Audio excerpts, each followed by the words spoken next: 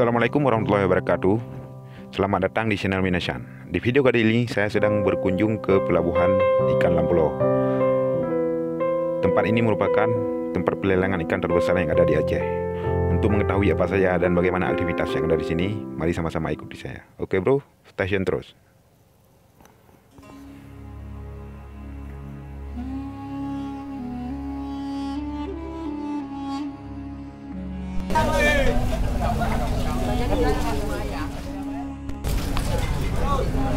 Ya betul apa enggak ada bawa kacung apa kawan. Tanya tonang mudah-mudahan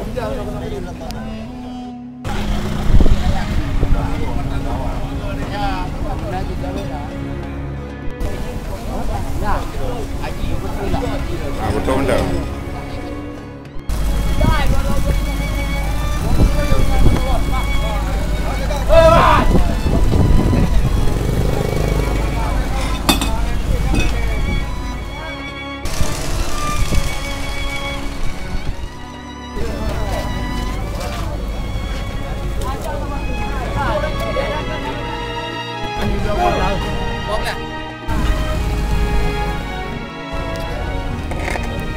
Abun, balik bos, balik kanan dulu bos.